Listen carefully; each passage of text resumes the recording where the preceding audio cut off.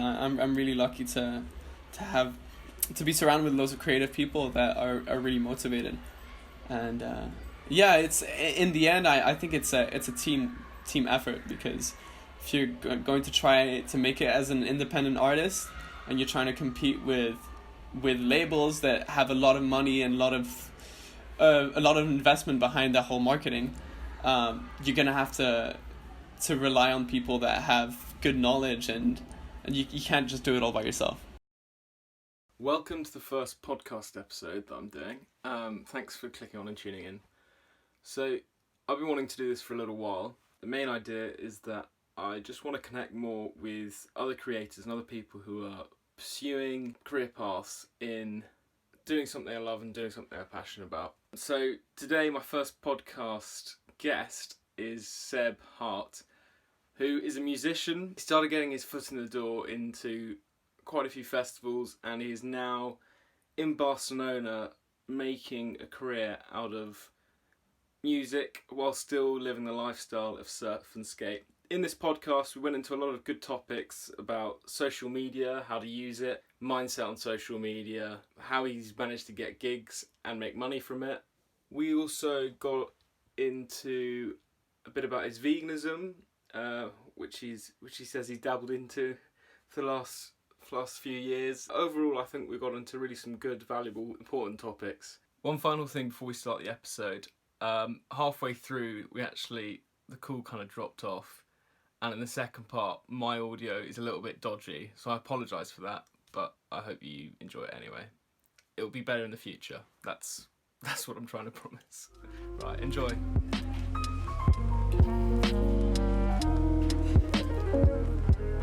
And last time I saw you was probably in boarding school, no? In Stonyhurst. Yeah, probably. Yeah. I picked up a few accents along the way. It's because you've been travelling everywhere. A little bit, yeah. Right. Yeah. Okay. So for people who are listening, do you want to give a little bit of an elevator pitch on who you are and what you do? So much pressure. I know. It better be a long elevator ride. So my mum's French, my dad's English. I was born in England, in Stoke. Yeah. I was raised in France, near the border to Switzerland. And we went to school together between the ages of 14 and 16 when I went to boarding school at Stonyhurst. Yeah. And then meanwhile that I was in boarding school, my parents moved to Dubai for my dad's job. And so when I was 16, I moved over to Dubai with them to do my last 2 years of high school there. And then from there, I moved to Australia after graduating from high school, and I did a diploma in Australia for a year. I studied studio production, so basically music production. And then after that, I moved to Barcelona for around 2 years, and I was starting my bachelor's in music production as well. And I did my final year of my bachelor's in music production in Southampton in the UK, and I just finished that off in May. So then I decided I had kind of the option of either going to London and looking for a job in the music industry there, or moving back to Barcelona, and I just decided to move back to Barcelona for the lifestyle more than anything, because it was just more attractive than London for me. Yeah. So so here I am. I've been here since May, and things are going well. Okay, that's cool. Right, let's go back then, because because have you always had it in your head that you've wanted to do music as a career? I think the idea started kicking in when I was in boarding school. I was starting to play the guitar a lot more and starting to write songs, but I never really thought of it as a career path. I was more focused on the sort of typical academic route, like what am I going to study at university? Is it going to be like biology or whatnot? And then when I moved to Dubai, it was a very sort of small music scene, and it had a lot of opportunity. And then suddenly I started realizing that there was sort of potential, because I started getting paid gigs and whatnot. And so what was like the first paid gig you did? In Dubai, probably at some event in a shopping mall or something. Yeah. And they paid me, I don't know, like maybe 100 quid, 200 quid for playing an hour, and I was really stoked on that. Were you playing your own songs? Or? Yeah, I was playing mostly my own songs, and then the odd like sort of Jack Johnson cover, and that kind of thing. And I just started getting more and more opportunities living in Dubai, because it's such a small music scene. They just give loads of opportunities out to up and coming musicians. And so it just became apparent to me that, there is a way of making money in this industry, if you have the contacts and if you put your mind to it. And so then I started considering the option of maybe studying something like music production at university. And fortunately, I had the support of my parents to sort of follow that route. And That's nice. I went along with it, and it's been a good journey. That's probably a big part of it, having your parents' support there. That's absolutely. A lot of people probably wouldn't have that. Yeah. In a kind of career path that you're going for. Yeah, absolutely. And I've been really lucky, because obviously studying music production, it gave me all the sort of facilities and the sort of platform to focus on my music and to sort of develop myself as an artist over the last, it's been almost 4 years studying music production. So I've been really fortunate in that sense. Do you recommend to someone who's also trying to do the same thing to go and study it at a university, or do you think there's also option to do it doing your own thing as well? It depends how good you are at balancing two things. I mean, if you're say you're studying an average university course, like, business or biology or whatnot, you're gonna have to be spending a lot of time studying that subject, and maybe you won't have as much time to dedicate to music. So it depends if you're able to balance the two things. But it's definitely possible. I've got a lot of friends that are in the music industry and that they didn't study music production. They went along studying a regular sort of university course, and they're able to do it as well.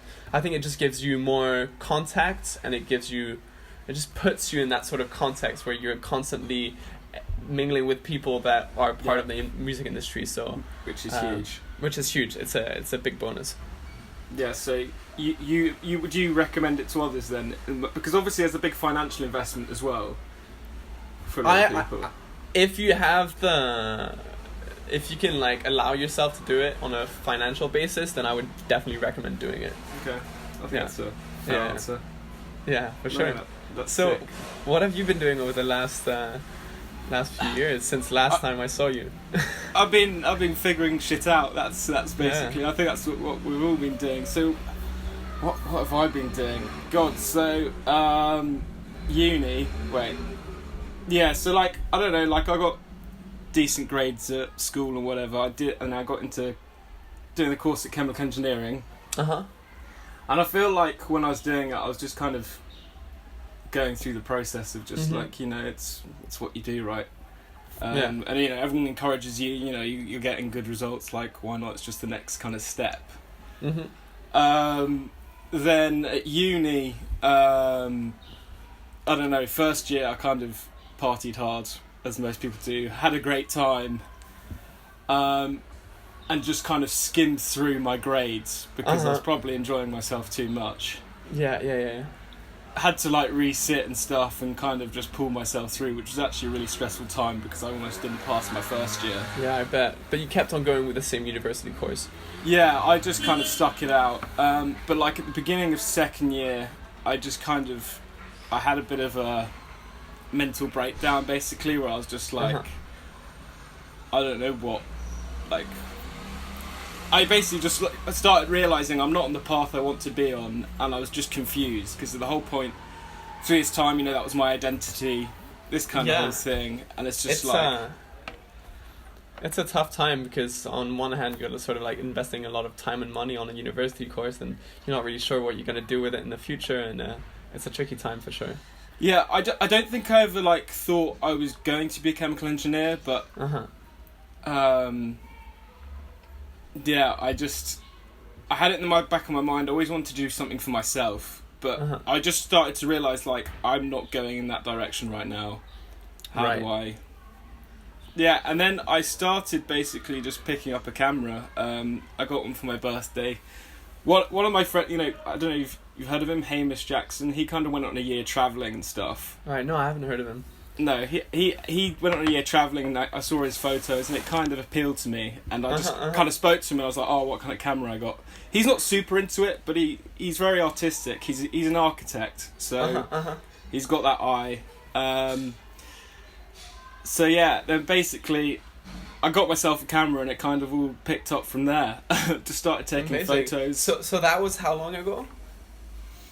So it's beginning of second year of uni, so a couple of years ago, really. A couple of years ago. Well, you progressed a lot because now your content is really up there. It's Oh, cheers, pretty man. good quality, man.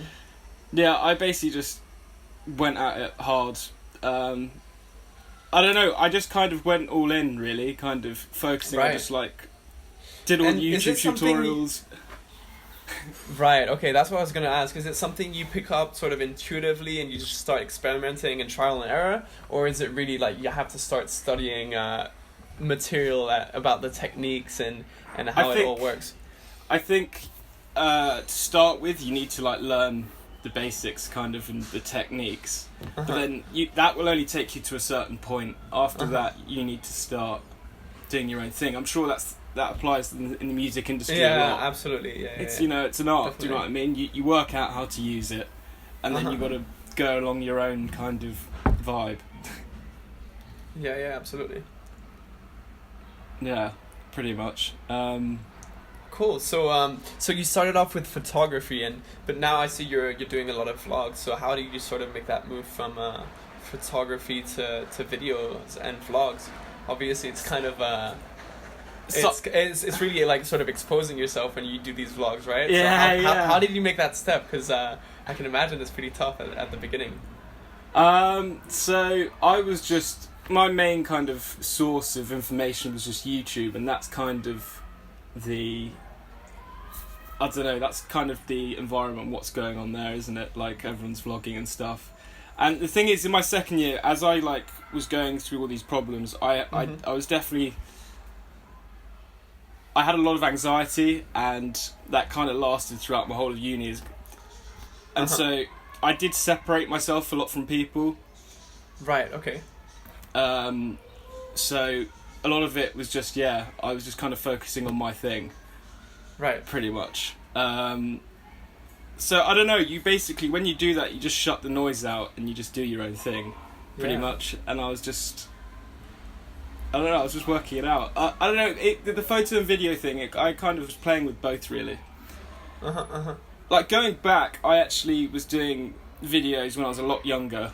Like, right, okay. In primary school, we used to make, like, stupid little films and had a great time doing that.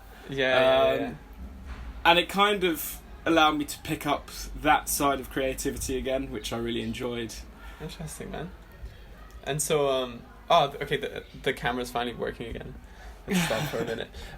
So when was your first vlog and what was it about?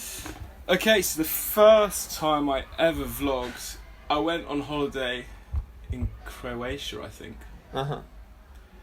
But like, I was making videos, but I wasn't posting them. That was kind of, I think that's the best way for anyone to start, because I think to start with, you're gonna suck. Yeah. I mean, that's the thing, and so like, it's just getting comfortable with making them, but still, like, even now, like, I'm getting to the point where I'm like more comfortable, but it's still uncomfortable to make them. Right. And you just got to fight through that discomfort. Right.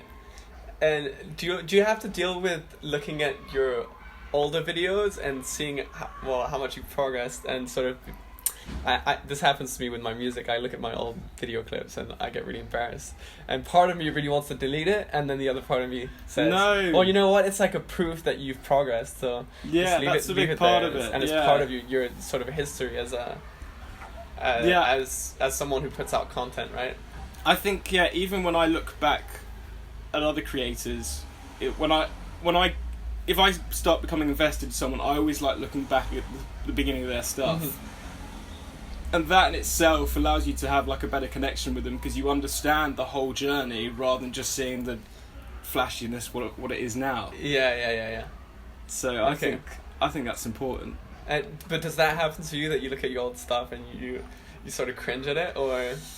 I actually did this yesterday. So like, I started watching a lot of my old videos, and it's like I cringe to quality and certain things. I do, because you see it in a new light. But then I see a lot of stuff and I was like, you were doing something right there.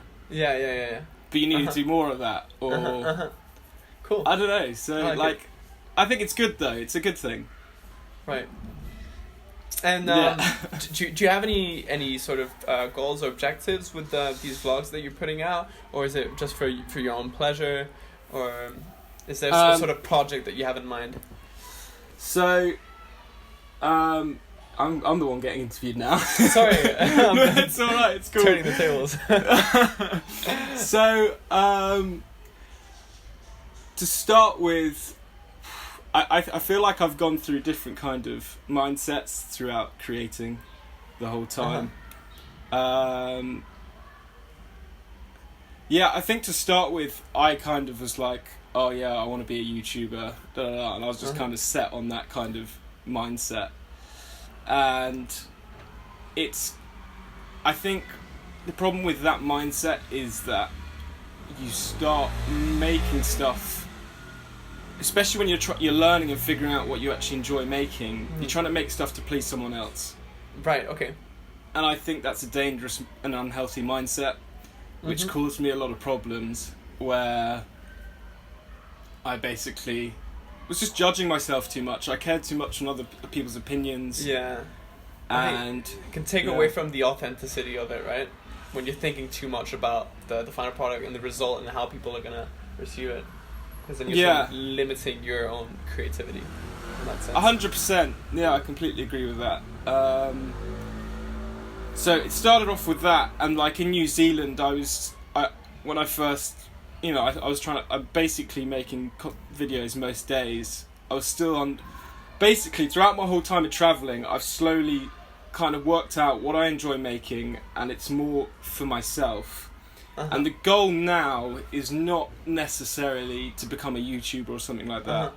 It's more to, I don't know, the whole social media goal is I want to connect with other people who are doing the similar sort of thing. I think that's a big thing. And I don't know, just make stuff for myself and also grow my personal brand to, I don't know, kind of show people what I can create, and like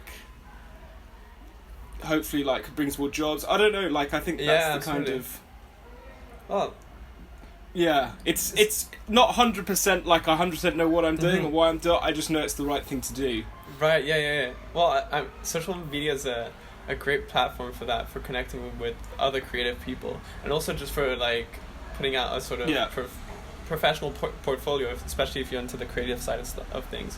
And I think that anyone that kind of bumps into your Instagram feed would be really interested in working with you. Any sort of like a company that needs a sort of digital marketing strategy, then I think you're a very approachable sort of content creator. So I'd hope so. So that's cool, man. That's really cool. Yeah, I guess I'm just figuring it out, and I think that's,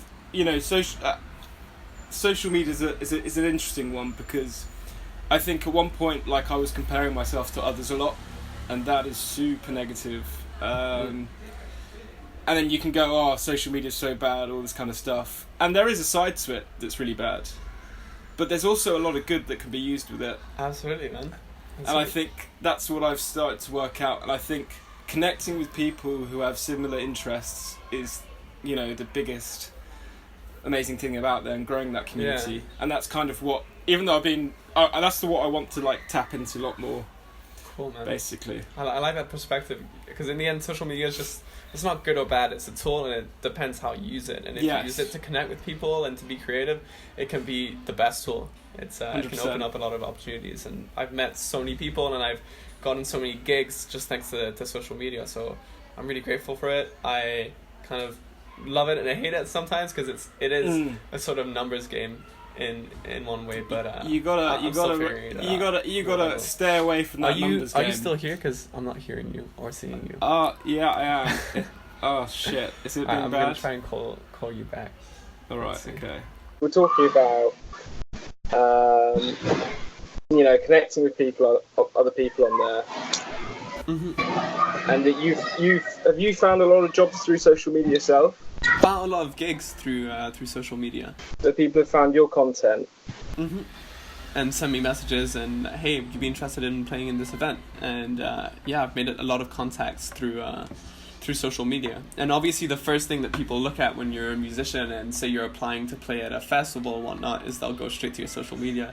And that's one thing I wanted to talk about, is about the whole numbers game. They're going to be looking at the amount of followers that you have and checking your content and the whole aesthetic of your Instagram and your engagement rate and these kinds of things. So it's like we were saying, in the end it's not positive or negative. It's a tool, and it depends how you use it. And if you can use it to connect with people, then it can be fantastic. And Numbers game there. I think this is the biggest social media. If you see it as a numbers game, that's when you lose. Because you're right. That's when you start comparing yourself, and then you're going into it and you'll have a mindset that will just be negative, and you won't, as you say, you won't be creating the best content that you should be. Absolutely, but it's hard not to have that mindset when you're using a platform it's based around the whole numbers game. You know, the first thing you see on a person's profile is the amount of followers they have, the amount of people they follow, and the amount of posts they have. You know, the numbers thing is very apparent, and it is hard to disconnect from it. And do you struggle with that personally at the moment? I wouldn't say I struggle with it. I'm just aware that I'm aware that it's something that I pay a lot of attention to. You're always checking. You're constantly checking. Yeah, you're checking your statistics and like how many people engaged with your post and sort of comparing.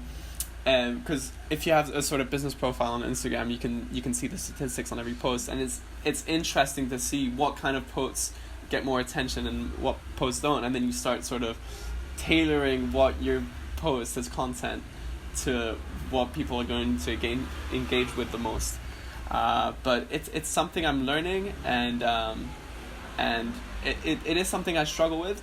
I wouldn't say I've got the best social media game. I'm not consistent at all. This is one thing, because I think a lot of it's about your mindset. Do you, based on the feedback that you get on social media, do you really personally kind of I don't know, really emotionally attached to that? No. In that way, no. Okay, because that's dangerous. No. Maybe in the past it affected me more, but now I just see it as numbers and statistics and I just think of it more like statistically speaking. Yeah, because the mindset I now go towards it is, and I think it's the best way to do it, is firstly you have to be confident in the work you're doing yourself. You can't look outside for external validation. Yeah. Because once you're doing that, that's when you get into that cycle of you're not going to be creative, you're not going to be unique, because you're just going to try and follow a certain trend or whatever. So the way I see it is I make something I like. Doesn't matter what other people think. But if someone likes it and connects with it, that's awesome, because they understand what I was trying to put across. If they don't, they didn't understand it, and it's cool. Yeah, I think that's the right approach to have towards it. Yeah, I like it. It's helped me a lot. Yeah, but the other thing is you do want to grow your social media, don't you? Absolutely, it gives you more credibility as an artist, especially in the music world. Like I was saying, if you're applying for a festival and you have 10,000 followers, you're more likely to get accepted into the festival than if you have less than 10,000 followers. You've already got an audience, don't you? That's it. And in a way, I mean, it does make it easier for them, because it's a quick gauge for them to tell whether or not you have a following and whether or not you're going to be able to help them sell more tickets.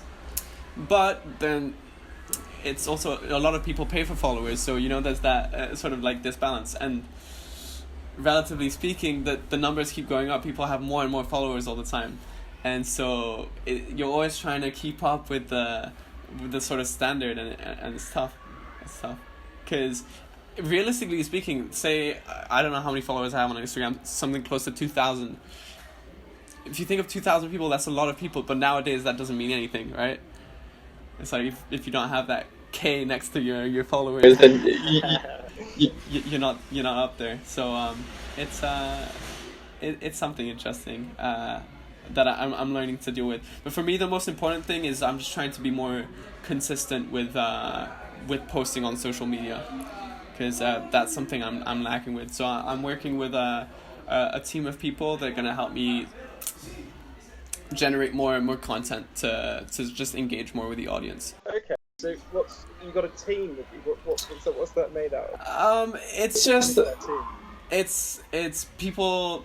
It's basically a bunch of friends that have good knowledge with cameras and social media marketing techniques, and we're just going to be meeting up on a constant basis. And whenever I'm playing a gig, whenever I'm going for a skate session, they're going to help me sort of like shoot content and then sort of tailor it to create a general aesthetic that's consistent for Instagram and for social media in general, and just to keep people engaged and to keep people interested in my musical project.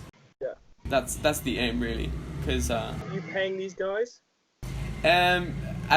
As much as I can. Like, say we're working on a video project, obviously I'm going to be contributing to it, but I don't have a huge budget for these things, so they're also investing a lot of their time and effort into it. What's the value exchange here? What are you offering them for them to do it?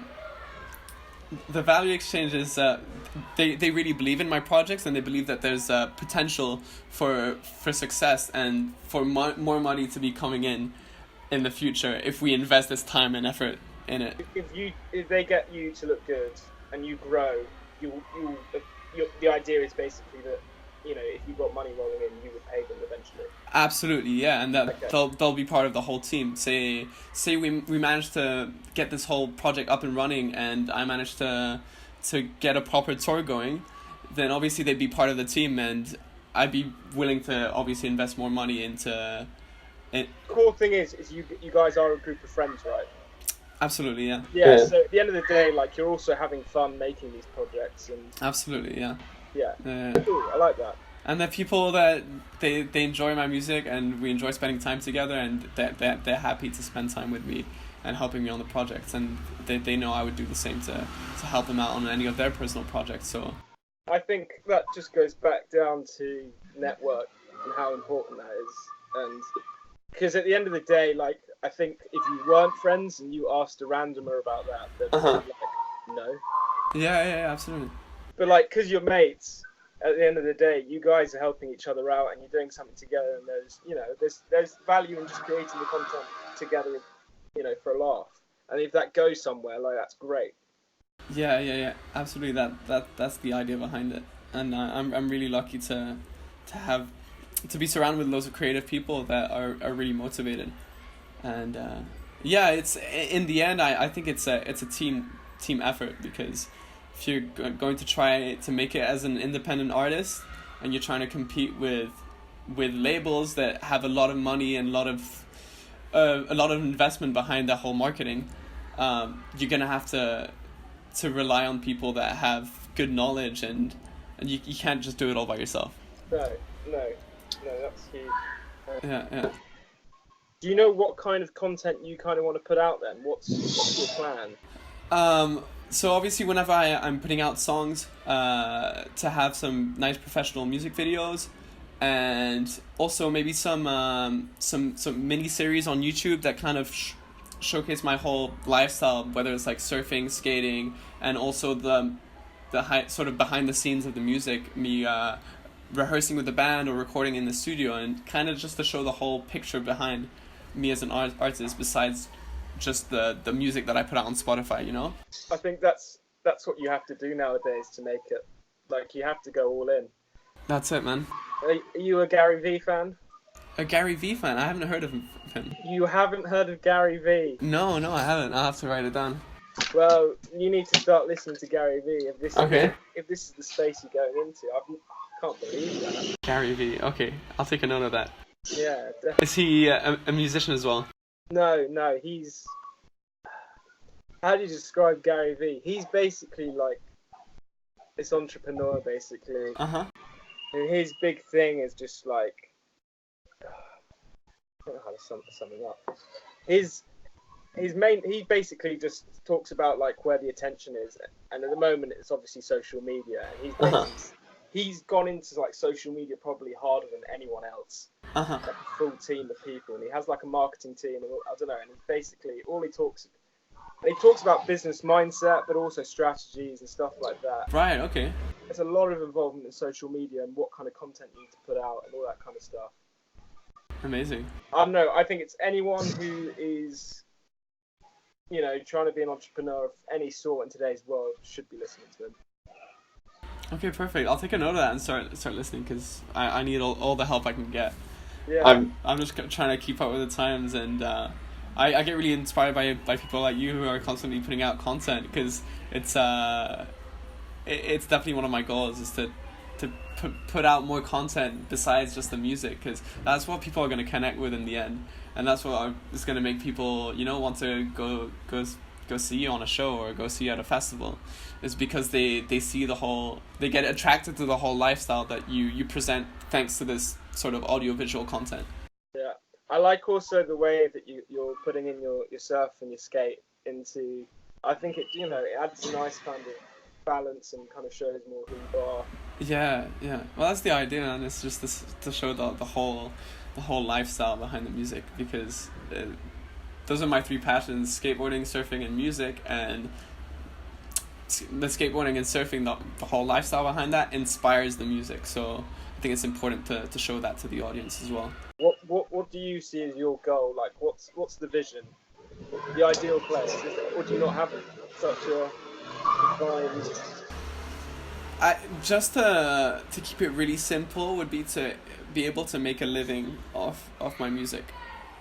Yeah. It doesn't really matter the scale of my music and how many people, how big it gets, but it's just about being able to live off it and not have to work a part-time job in order to pay rent. You know what I mean? And obviously, besides that, just to keep on progressing with my music and keep on sort of developing my whole artistry and keep making better and better music and trying to reach as many people as possible. And then I have other goals, such as like going on a tour, playing more festivals. Yeah. But the general idea is for my lifestyle to revolve around the skating, the surfing, and the music, and to be able to live from that, because they're three skills that I've been developing over pretty much my whole life, and it'd be amazing to be able to live from those skills. Just like mastering those three things that you've just honed in on. Yeah. Cool. And I think we live in a really lucky time where you can, if you really put your mind to it, you can live off your passions. Got to put the work in though. Yeah. There's a lot of work behind. There's a lot of work. There's the opportunities there, but you've got to go for it. Which I think it's worth it because it's more fulfilling in the end. Absolutely. So yeah, that's the idea. So currently, how do you market yourself? Is it just through social media, or do you just through your network, talking to people? Is that? It's mostly through social media and sending out emails. When I'm trying to get emails. Yeah, a lot of emails, especially when it's you're trying to get booked for an event or a festival. I just send out emails and sort of send them all the links that represent me as an artist, and see what they think about it. And that's so far how I've gotten my best sort of gigs, is just reaching out by email. And you send out 100 emails and maybe 2 people will reply, but those 2 replies are festival bookings. So it's just the right place to start. Because you had Boardmasters, but unfortunately it got cancelled. That was a major bummer. Absolutely gutting.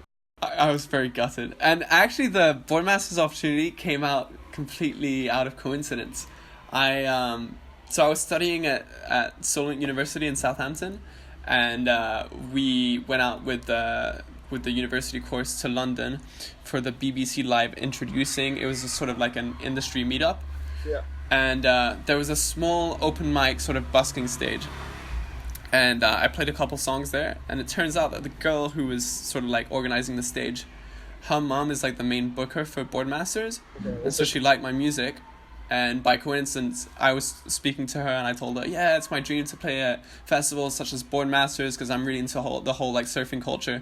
And she's like, well, my mom's the booker for Boardmasters, so I'll pass the word on to her. And a couple of weeks later, I got an email, and it was an invitation to play at Boardmasters, and I was really happy about that. And yeah, it's a lot of opportunities just arise like that sporadically, and it's coincidence, and then the rest of the time it's you just sending out your stuff and your demos to random festivals and hoping for a response. Yeah, fair.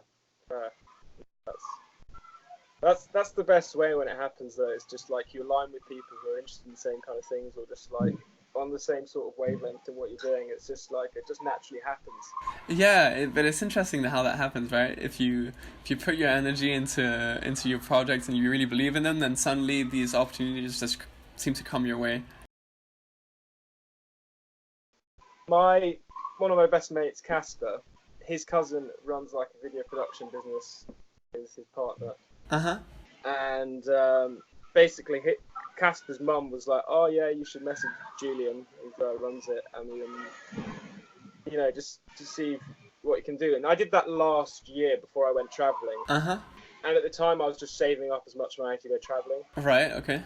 So I didn't really have I basically asked him, "Oh, could I do a paid internship?" And he was like, "Yeah, we don't quite have the money." I was like, "Yeah, fair enough. Like, I wasn't expecting much," but he gave me like a lot of advice and stuff. And if you're in London, come and have a chat or something. So right towards the end of my travels this year, I emailed him again. And I said, "Hey, I'm going to be back in England. Like, I don't know, can we do anything?" And he was just like, "Yeah, come for some work experience for like a few days or whatever." And I was like, "Cool, why not?" So I did that. So it was 3 days, and I ended up talking to partner Guy, and I started talking about how I had an interest of kind of going into the digital marketing space, but like combining that with my photography. That as itself is a much more powerful asset than just saying I can do photo and video, because it gives it a purpose and solves a problem. Yeah, absolutely. And they were like, well, we're kind of thinking of doing that. And this, I had no expectations of this whatsoever. And it was like, yeah, we're looking to hire someone right now. And it's like, do you want the job? And I was like, okay, sure. And then, like, obviously they had to finalize a few things, and then basically that's what I'm doing now. So at the moment I'm working part-time for them. But the plan is in November to go full-time. So it's exciting. Amazing. That just goes to show that, like, if you put the work behind it and you just prepare yourself, then once an opportunity like that shows up, then you are prepared for it. And it's just a matter of sometimes just asking random questions like, are you looking for anyone? Or this is what I want to do, and by coincidence you end up scoring a job. And that's a cool thing about it. That's the thing with opportunities, is that you have to, they'll only come if you put the work in first. Yeah, you put the work in first, and then that's it. And then you put yourself out there and just mention things to people. Hey, by the way, I'm a digital content creator. Would you be interested? And there's no harm in asking, and you never know what opportunity you can get. And so yeah, always take the meeting. You never know what can come. Yeah. I'm quite excited where it's going at the moment. I'm really enjoying it. I'm really excited for you, man. That's cool. You took a very different direction from when you started university, right? Yeah, 100%. This is the thing. The thing is, at school, how were you, like, because you said you started thinking about it when you got to Dubai. Like, were you just one day, like, you must have not been very sure about what you were doing at school throughout the whole time. Yeah. The impression I got from you just kind of, you just, like most people, you're just kind of like, yeah, I don't know, just getting on with it. You don't really have an idea. Yeah. I wasn't even studying music at school. I could have studied, there were like a few music production courses, but I didn't take any of them. I was really interested in biology and psychology, and I was doing good in those subjects, but I don't know. I started doing some research online, and I started finding these really cool music courses in really cool locations, and just the content of the courses seemed really interesting, and I felt like I could really benefit from them, and I just felt really attracted to that whole world, and I mentioned it to my parents, and they said, go for it.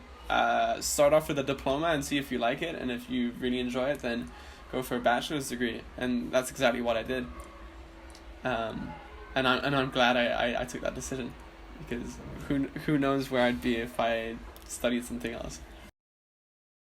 I know. Well, the thing is, you never know that you might have been led down that path later in the future anyway. Cause just like it happened to you, right? Yeah. Yeah, that's what I mean. Like, eventually you get down a path and you just realize. Yeah, I don't know, but I think a lot of people would be scared to change. It is scary, yeah. Yeah, because so long, like. And you feel like you have to commit to it, right? Anyway, so I guess a lot of what I was trying to get to with your goals, what I think about is important today, because a lot of people kind of focus on money as an objective, right? Financial success. And what I have like an idea of is that I think it's more important to focus on aiming for a lifestyle that will fulfill you. I was just thinking that as you were speaking. Yeah, that really is the goal for me, to be able to sustain this whole lifestyle of making music, surfing, and skating. That for me is the goal. Obviously, you need some sort of financial stability to sustain that lifestyle. But yeah, that's the ultimate goal, more than making money. Because if you make enough money to just enough to sustain that lifestyle, then you're gonna be happy anyways, and you're not gonna need to obtain more money, right? So yeah, man, that's where I kind of that's my mindset in life at the moment, and for me it seems so simple and obvious, but people can't quite grasp it, and I'm just like, come on. Yeah, well, it's hard, because the concept in itself is very simple, but how you get there is a bit more complicated. I guess. Now, obviously, you're aware that it's a lot of work behind it. But work to gaining a lot of financial. Absolutely. I mean, you're gonna have to put work in anyways if you want to have a successful life. It's just a different sort of perspective. Yeah. I think it's just a different way of looking at it. But obviously, I think just people are not as acceptant to that sort of mindset and philosophy when you're in the sort of creative industries, because it's not the typical path, and a lot of people just think there's no money in those industries, which is, I mean, nowadays it's the total opposite. The whole world is run by these sort of creative industries, and there's not a single company that's successful that doesn't have a good digital marketing strategy, right? Well, if they do, they're going to struggle in the future. Yeah, exactly. In this path, I know your parents have been super supportive. Have you had people who have been very negative towards what you're doing, or very doubtful? No, I wouldn't say so. Really? That's amazing. No. I've been lucky in that sense. Everyone you know has always been super supportive of you. I don't know, you might get like a few comments from like family members every now and then, but on the whole, people have always been really supportive, especially when they hear my music, or they see the projects I'm working on. They always seem to give me really positive feedback, and just they say go for it, because you've got some talent, and you need to take the opportunity. You're young, and go for it. Mostly that's the reaction I've gotten from people, and I'm really grateful to have had that reaction. And maybe I've just happened to block off all the negativity, and I just don't pay attention to it. That's the way I was doing. You're like, yeah, maybe I've had some comments from your family and stuff, but no, I haven't heard it. I think you have, mate. It's just you're so focused on your goal, which is great. Yeah. You just block out anything that's outside of your vision, and just. Pretty much, man. That's amazing. That's great, because that's something I struggled with a lot at first. Especially, I think one of the big advantages you have is that you've been surrounded by people who are doing it, whereas I've kind of been doing it all by myself. Yeah, yeah. That's tough. Everyone like kind of going like, "What you doing? Uh-huh. Why are you making these things? Why are you so obsessed with the camera? Well, why are you investing so much time in this? So much Like, time. where is this going? If you got a screw loose, like, and like I can tell when I've talked to people, like they're just like, right, okay, sure. And like I think more recently people I think are starting to get it more. Yeah. Start to get to a certain level where people actually look at your stuff and they go, okay, wow. Oh yeah, you're doing a good job here. It's like there's no denying that. Yeah. But at the beginning, when you're going all in and you obviously don't have much as good as a skill set, Yeah. like it's I definitely, that was a struggle which I dealt with a lot. Yeah. Well, also you came at it at like a sort of different stage of your life where you were halfway through university studying something completely different. For me, it's something. The whole sort of Seb Heart project is something I've been working on basically since I'm 15, 16 years old. So by the time I got to university, I already had a few projects that were enough for people to say, okay, like maybe he is going somewhere with this. And yeah, I think as soon as people start seeing the work you put in and start seeing a few results, then they start believing you. But obviously at the start, it's hard for people to see any future in it. People give up in that point because it's a struggle. It's a big struggle. Yeah. When I look back, it's like the only thing that pushes me through is that passion and that vision that you have. That, something's going to happen out of it. It's just a feeling, isn't it? But like, yeah, I don't know. Oh, it's important to have it the whole time. I still have days where I don't believe in my music. I'm like, where am I going to go with this? Am I ever going to be able to make a living off it? And then it just takes having a conversation with a few people that really believe in my project to give me that motivation again. But it's definitely like a roller coaster of emotions, right? I'm sure that happens to you as well. You just have days where you're like, why am I doing this? That's lucky that you have that network again, because those conversations I've had to have them with myself. That's so fun. Yeah, I bet. Yeah. Yeah. No, I've been lucky really to surround myself with people who've been really encouraging as towards my project. So yeah, I'm really grateful for that. Dealt with doubt really by surrounding myself with the community. Yeah, definitely. I mean, obviously, you just end up being more attracted to people that are encouraging towards what you do. I'm not going to surround myself with people that are being negative, and I've probably unconsciously shut off a lot of people who aren't very supportive in what I do.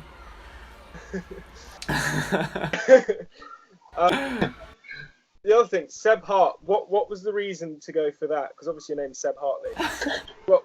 Where was the inspiration for that? I felt that one coming. Yeah.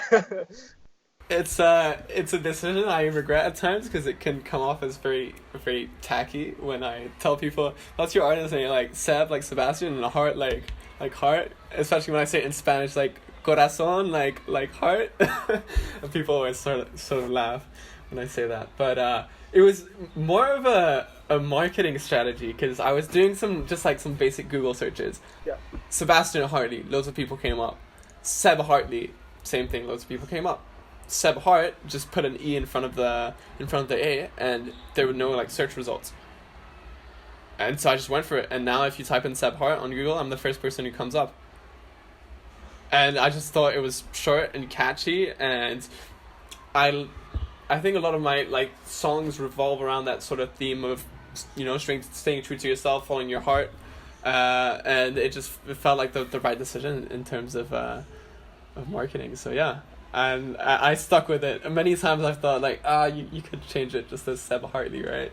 But I've stuck with it, and I'm gonna stick with it. Just hold on to it, Just go with it. Yeah. Cool. So yeah. So, where do you think your inspiration comes from then? Because obviously you said it comes from your surfing and your skating a lot. And then, yeah, go on. What inspires you to create music? Listening to music that creates an emotion in me, and I just feel like I want to replicate it in my own way. And it started from, I don't know, when I was 11, 12 years old. I really got into music. was a big fan of Coldplay, and I just, whenever I would listen to a song that would really get to me, I just felt the urge to replicate the same thing, and something in me told me like, oh, you could transmit something similar to this, and yeah, I've always been really creative in that way. I'm always composing in my head, whether I'm with my guitar or not. I always like sort of daydream and start composing songs, and it just sort of came naturally. And obviously I've had my biggest inspiration in terms of the connecting that whole sort of surfing, skating lifestyle with the music has been Jack Johnson. He's still my favorite artist, and he has been since I'm pretty much like 13, 14 years old. And going back to the whole idea of the sort of content and the image you put out on social media in general, I just really like the whole sort of aesthetic of his work. All his music videos, they just transmitted something that I really connected with, and I'm like, I'm really attracted to that lifestyle that he portrays, and I'd like to also transmit something similar to my audience in my own way. And so yeah, that's really what has inspired me and keeps inspiring me today. So outside of music, so like the content of your songs, what because obviously I assume just there's so much stuff that must just out of nowhere come to you, like just thinks I need to make a song about this. Anything outside of like music that in particular? I get really inspired by nature, just observing nature. That's a lot of my songs sort of revolve around the theme of nature, and just a lot of songs are just sort of reminders to myself, like just to stay positive, and a lot of my songs have that sort of positive theme, and most of the time it's just if I'm going through I wouldn't say like a hard time, because I've never had like really hard times in my life, but you know, when you're just feeling sort of down and you're trying to like stay positive, then I just end up writing a song that has a positive message, and I'm actually just writing it for myself, and I hope that other people sort of connect with it as well. So yeah, that's sort of my inspiration process, but it's very sporadic, it's very random, it's not very consistent. Yeah, but that's how it is, isn't it? That's normal, I think. But yeah, I just really let it flow. Most of the time when I'm writing a song, I come up with chords, and then I come up with melody, and as soon as I come up with a melody, just random words come out, and then I build a song around those words, and I just end up committing to that initial theme that came out spontaneously. Wow. So I wouldn't say there's a method behind it, you know? No, but there's method to the madness. Yeah. Is that what they say? Yeah. Oh, cool. And your most recent song is the pollution one, wasn't it? That's single use. Yeah. Single use, and you've had a lot of good feedback coming through that, haven't you? Yeah, it's by far of all the projects I've released is the one I've had the best feedback on. The sort of whole idea behind it came about around 2 years ago. I was living in Barcelona at the time, and it just became really apparent to me the amount of trash that was in the sea, because I'd spent a lot of time surfing in Barcelona, and whenever it would rain, like all the crap from the city would just flow down to the sea, and you'd end up surfing surrounded by plastic bags and a lot. Just trash. You go to Asia. Yeah, I mean, I've seen pictures and it looks terrible. When I went to Vietnam, I just remember seeing a whole beach just covered in plastic. Yeah, it's unbelievable. And yeah, I just same thing happened. I picked up my guitar one day, and just the chorus came up, and it's a theme that I think is really important to talk about, but at the same time it's kind of a bit tedious to talk about, and people get tired of it, and so I decided to sort of Find a different way.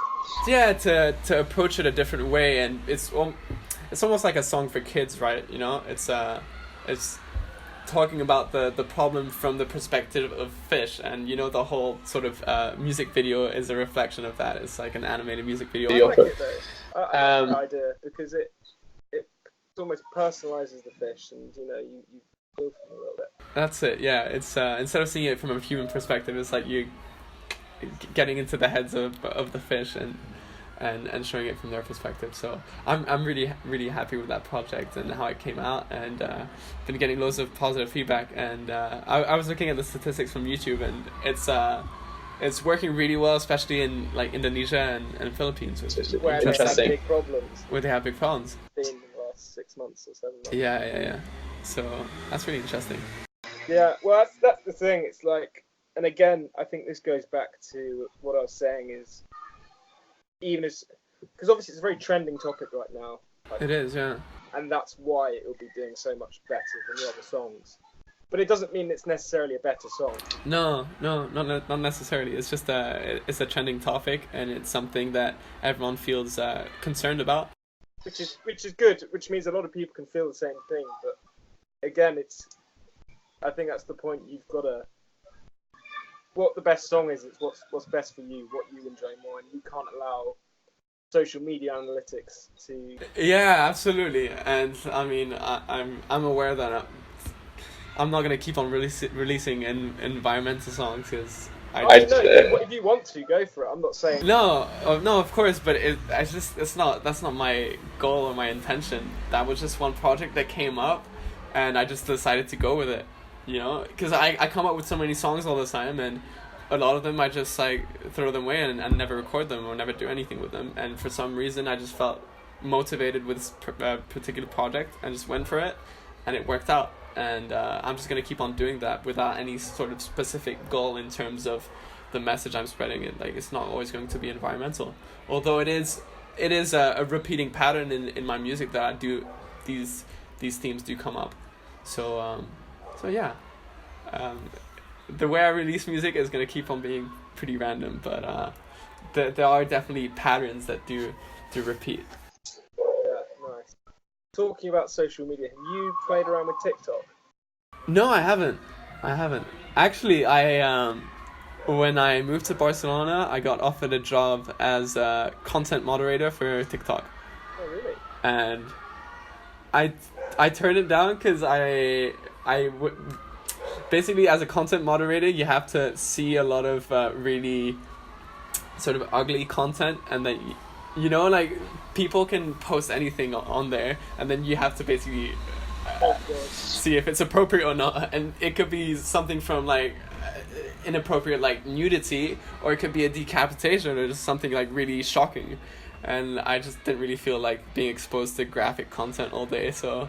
But anyways, yeah, I've heard good things about TikTok, and a lot of people are sort of blowing up on there. So yeah, this is what I've been thinking. Like, especially as a music creator, it seems pretty ideal for you as a place to market yourself, really, because this is something Gary Vee's now like drilling home. Like, get on TikTok, basically. Really? Any business, get on TikTok. No way. What it is, it's now in the position that Instagram used to be, and it could. He said it's the platform that could potentially pass Instagram, because at the moment, it's the younger audience. Yeah. 13-year-olds or whatever. But that's what Instagram used to be. Yeah. 13-year-olds eventually grow up. And they're also the ones that are the most engaged and that are investing the most time in these platforms. But yeah, I don't know. Like, this thing is like there's a lot of users on TikTok and not that many people creating on there. So like, I just messed around with it. I put a couple of videos on, 3 videos, with no followers, and they each got a couple of 100 views. Oh, really? Organically. And what are they, sort of humorous videos, or? No, I just had a couple of like videos that I shot for my Instagram stories. Cool places I've been, like in New Zealand or whatever. Right. Okay. Some music. There wasn't much thought of it. I was just saying like, okay, let's see what happens. Right. Okay. Interesting. But as I do want to kind of go into it more. At the moment, it's like, yeah, I probably should be focusing more on it. But for you, especially as someone who creates music, and that's the whole thing about TikTok, it's something you should probably go all in on. Right. Okay. I'll definitely look into it. I never thought of using it to sort of promote music. I always see videos that come up that are usually humorous videos, and my little sister Ava has started doing them, and yeah, I find it funny, but I never thought about using it to to promote my sort of musical project. So I'll have a look into it. It sounds But at interesting. the end of the day, you can do whatever you want with it. Experiment with it. Yeah. What works. True. Like, you know, if you're putting your own songs and you're, I don't know, making little things out of them, I don't know what that could be. The whole point, it's a very new platform, so you can do what the fuck you want. Do you know what I mean? And that is interesting, isn't it? Right? Because it could, like you said, it could end up taking over Instagram. And just a few years ago, Facebook was way better than Instagram, and now no one's on Facebook anymore. So you have to adapt to Where the attention is. To where the attention is. Absolutely interesting. Man. Well, thanks for the Thanks for the tip. Just listen to me. You don't need me. Cool, man. Oh, another interesting thing that I'm interested to talk to you about, because you're vegan now, right? Aren't you? Or no? Or is this something you've dabbled in? I've dabbled in the veganism. I was vegan for a solid 3, maybe even 4 years. Basically, when I moved to Australia, I went full vegan. Where accessible. Yeah, it was very accessible there. And then more recently, when I moved to Southampton, I started making the odd exception for pizzas when I was out. And now I've come to the point where at home I'm vegan because I just don't buy any sort of animal products. But when I'm out and eating with friends and there's a pizza with cheese on it, or there's a tortilla de patatas that has eggs in it, I will eat it and make that exception. So you call yourself a vegetarian, basically? Yeah, basically. And where did that first start happening for you? 'Cause obviously at Stonyhurst you were a complete gym monkey and you loved your protein. I loved eating meat. Yeah. I was a big meat eater. Just right before moving to Australia, I made these 2 hippie friends in Dubai who were both vegan. They're like, dude, you gotta check it out, man. It's good for the planet and whatnot. And I don't know, the idea of it stuck with me, and I went for it more as an experiment with myself. I was like, oh, let's see what this whole vegetarian thing is about. So I moved to Australia. At first I went for just being vegetarian, and then a friend of mine there was vegan, and he gave me a 2-week vegan challenge. He's like, mate, just try being vegan for 2 weeks. I did it, and I didn't see any inconvenience about being vegan while I was there, and I just stuck with it. And then I started doing more research and watching documentaries about the whole philosophy behind being vegan, and it kind of just struck a chord with me, and I felt like it was the right thing to do.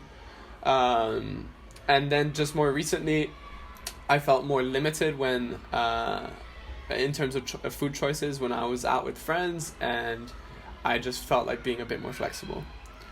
I'm not justifying myself in any ways. I know a lot of vegans would get mad, but I don't associate myself with being vegan at all. You know, I just make my own food choices. And that's it. I don't preach it either. The whole time I was vegan, and I've never tried to convince anyone to be vegan. It's just I've always seen it as a personal choice. Yeah.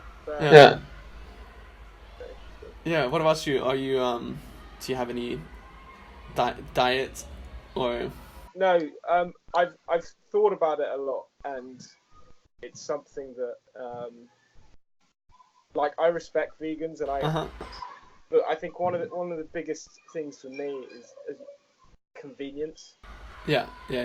And at the moment, in the UK, it's not very. I don't know. I think it's becoming more of a thing. Yeah. But it's at the moment, I don't cook most of my food, or I think that's one of the. Mate, and it's effort to do it. It is, and I mean most of the nice things have a bit of eggs in them or a bit of milk in them, and if you're going full vegan, then you are limiting yourself to a lot of products that everyone consumes. And when you go to a friend's party or you go to your grandparents' house or whatnot, you know, it's you're forcing people to adapt their style of cooking to you, and it can be a bit of a nuisance. And I've realized that I think it's okay to be flexible. You know, you're not. Yeah, that and. Yeah, I think it's almost like eating meat is an addiction in a way. It's not something that can just. Well, I don't know. How easy do you find it to turn off? I never saw any difficulty in becoming vegan. To be honest, I was never regretting it. I was never thinking, oh, I wish I could have that stick right now. I just learned to really start enjoying vegan food and to start learning how to cook vegan. and big part of it, cooking for yourself. yeah, and just enjoying the food you cook, and I was really happy the whole time I was vegan. No complaints. But I miss pizza. That's one thing I missed. And when I had my first bite of pizza with cheese again, I was like, nah, the vegan pizza has nothing on this. So yeah, it's pizza's fault for making me non-vegan again. But yeah, I think the most important thing, more so than being vegan, is trying to figure out what the source of products are in general, whether it's your phone, your computer, your vegetables, or your meat. It's trying to consume products that are not mass produced, because whenever there's mass production, there's something unethical about the production of it, right? So I think that's the most important message to spread and sort of lifestyle to live, is to try and consume more local products and stuff that's more ethically produced. And it's easier to say than to do, because obviously you need a mobile phone, then you're going to buy an iPhone, and who knows where that's made. But at least like try to be conscious of it. Yeah, because I think a lot of people at the moment, I think that's one thing, is it's like you're disconnected from where your food comes from. That's it, man. Yeah. And I'm 100% disconnected from where my food. I sometimes like am conscious of it, but like the way that we are brought up in society, I don't know, it's just the way it's happened, you know. Your food, you find it in the supermarket, it's nicely wrapped up. So. Yeah, no, absolutely. But I'm not going to think, like, you know, where's that come from? Like, yeah, how was this nice piece of steak killed? It's like, it doesn't even cross your mind, right? And it's kind of where I kind of respect more people who, like, hunt their own food and eat meat rather than, well, what I do and everyone else does is, you know, just, I don't know, it's just that disconnection between where you're and I think it's a good thing. Yeah. No, it is a big thing. And for me personally, like, I'm not as flexible as the point. Haven't eaten meat since I've gone vegan, and that's just because of the fact that, I don't know, I wouldn't have the capacity to kill a cow or to kill a pig, right? I could kill a fish, and so every now and then I eat fish, because in my mind I'm like, I could take the responsibility to kill a fish, but I could definitely not with a cow. And maybe that's hypocritical of me or whatnot, but that's just my personal philosophy. I don't know, I think that's less hypocritical. I think that's a fair point of view. Yeah. That's the thing, you should be able to kill what you're eating in front of you. Exactly. Yeah. That's what I personally and like do. Yeah, I kind of, because I remember in Vietnam, like there was this one restaurant where the whole thing was like, if you wanted a chicken, you can go and you got to kill it. Oh, no way. Yeah, like that's the whole thing. You pick out your chicken, you twist its neck. I didn't do it. Wow. But that's something in my head that, you know, that's a problem. Yeah. It is like an internal conflict, right? It's like you enjoy the product, but you're not able to do the process that gives you that product. And if there's something that feels wrong with that, then it's the right thing to do. Yeah. Kind of my thinking towards it. It's definitely a growing trend, but I don't know. It's interesting how people sort of, the different ways people try and spread the message, and there's a lot of like guilt tripping through social media and all that. You know, you've got huge veganism pages on Instagram, and I don't know. I've never really like been too keen on them. I just feel like they're guilt tripping everyone, and it's not necessarily the right way to do it. Yeah, but I don't know the right way to do it either. So, you know, so I'm not offering any better option. Yeah, fair enough. And that's just my observation. Fair enough. Okay, I've got a question. I actually got this from another podcast I was listening to. Matt Kravitz's. But what is something that people might misunderstand about you, or in person, like when they first see who you are? Whoa, that's a hard one. I know. I thought it was a really interesting. Well, that's a really hard question. I never thought about that. So it's essentially like, what image do you portray initially? I don't know. Maybe represent who you are. I think it's easy to come off as a bit like sort of self-obsessed on through social media, because as a musician, you're constantly posting about yourself and your own projects, and you're trying to post nice pictures of yourself. And yeah, maybe I come across as self-obsessed in a way, but I think if you met me, you'd realize that that's not the case, and that it's actually an effort for me to be posting stuff on Instagram. I don't want to post it, but I just do it because I know that it's for the good of promoting my music, So yeah, that's the only real answer I can think to that question. Yeah. Yeah, I think that's fair. I don't know. That's something I've kind of had in my head, because like before I started getting into this whole space, like I never posted stories. Like I didn't really care about having to like what I was doing. Yeah. It's like, so it made me think, okay, so why am I doing it then? Like, what's the point? And I don't know. And again, I think it's all got to, because this is something that I had a battle in my big head. It's like, why am I doing what am I doing? Because I think it's important to have it. And I think the end goal for me is to, connect with people who are passionate about what they're doing and doing stuff that they enjoy doing. And the other one is to aim for the lifestyle which I want. And for me is, like, when I was traveling, I really fell in love with like hiking and climbing mountains, and I just want to be able to explore that more. Amazing, man. Sounds like you have everything really clear. It's not been easy though. It's not been easy. It's taken some huge struggle to get to a point where I can be confident about thinking like that. Yeah, some big struggles. Yeah, but yeah, what you're saying about posting stories and all that, I think no matter what you do, as long as you do it with some sort of like purpose and intention, and like you said, it's because your goal is to reach that sort of lifestyle, and you're using social media as a tool for that, then it's fine, and I think that's just something really important for everyone to follow. Is like, whatever you're doing and however you're using social media, like trying to have some sort of purpose and intention behind it, because otherwise you can fall into that sort of ego trap of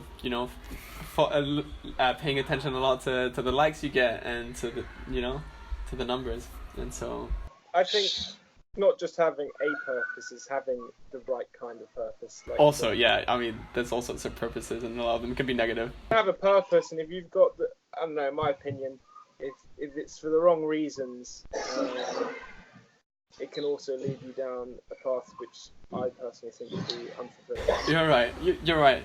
But I mean, then it's all relative, and what someone thinks is a positive purpose might seem negative to someone else. So then it's kind of each to their own. But at least I have something to back up what you're doing. I have some reasoning behind it. I think that's important. And whether you believe it's right or wrong, it's totally up to you. So yeah. Yeah, I don't know what else. Do you have anything else you got any questions? I don't know. When are we gonna? We've talked about some good stuff. When are we gonna collab? When are we collab, bro? When are we gonna meet up? Oh, I don't know, mate. I assume you're in Barcelona the whole time. I'm totally based in Barcelona, so you should come down here.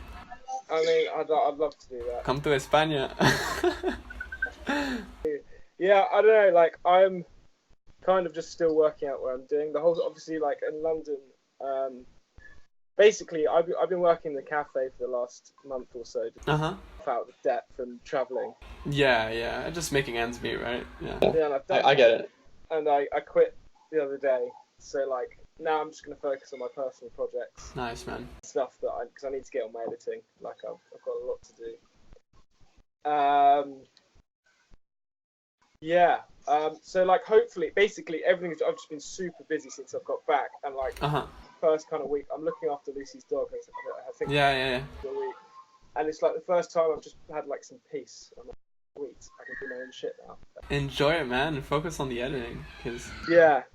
Well, hopefully, when this thing in London, if I go full time with it, I've got a bit of routine there, and I can kind of start fitting things around that routine. If I've got a bit of money and I've got the time, a little cheeky weekend in Barcelona.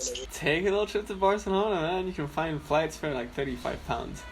Yeah, that's pretty. So you should come down and we should work on some content together, or just catch up and have a beer. I don't know. Do both, and I'll maybe I could do a bit like skating, and then I'll fall over. And Yeah, you used to skate loads. We used to skate together back in summer years. You used to. that holiday when I came to your house in France. Yeah. Yeah, well, Have you gotten back on top of a board since then? not really. No, I was saying this to you before. Like, I'd love to go skate. Like, it's one of those things I really enjoyed, but it's unfortunate. Like, it takes time, and Man, priorities right now, it's not one of them. It takes time and effort and a lot of pain, man. It's a lot of injuries, and if you want to progress, you have to basically at least go two to 3 times a week if you want to be progressing, and that involves a lot of getting hurt. Because I think that's one of my issues right now. There's so many things I'd like to do. Like, I'd like to play rugby again, but I just haven't. Yeah, it's hard. I mean, isn't it? It's time. You got to pick a few things and just go for them. But it's video, photo, and I hope one I want to get into really is hiking. Going to the UK, climb some mountains, Scotland. That's what I really want to do. And I'm hopefully going to be able to find time for that soon. And that's a cool thing, man. If you dedicate a lot of time to your photo and video editing, hopefully in the future that will give you more free time to do those things that you're passionate about, such as hiking and climbing. That's the plan. Awesome. Cool, man. Mate, this is great. I hope you recorded it all. Yes. I don't know how that first section went, but even if we screwed that up, we've still got an hour of content here, which I think can't be. Yeah, it's fine. I'm not sure if you want to. Yeah, it'll be fine, man. It's been a pleasure catching up. Honestly, I can't believe it's been so long. So long, mate. It's been cool. Good fun. Cool. It's been good fun.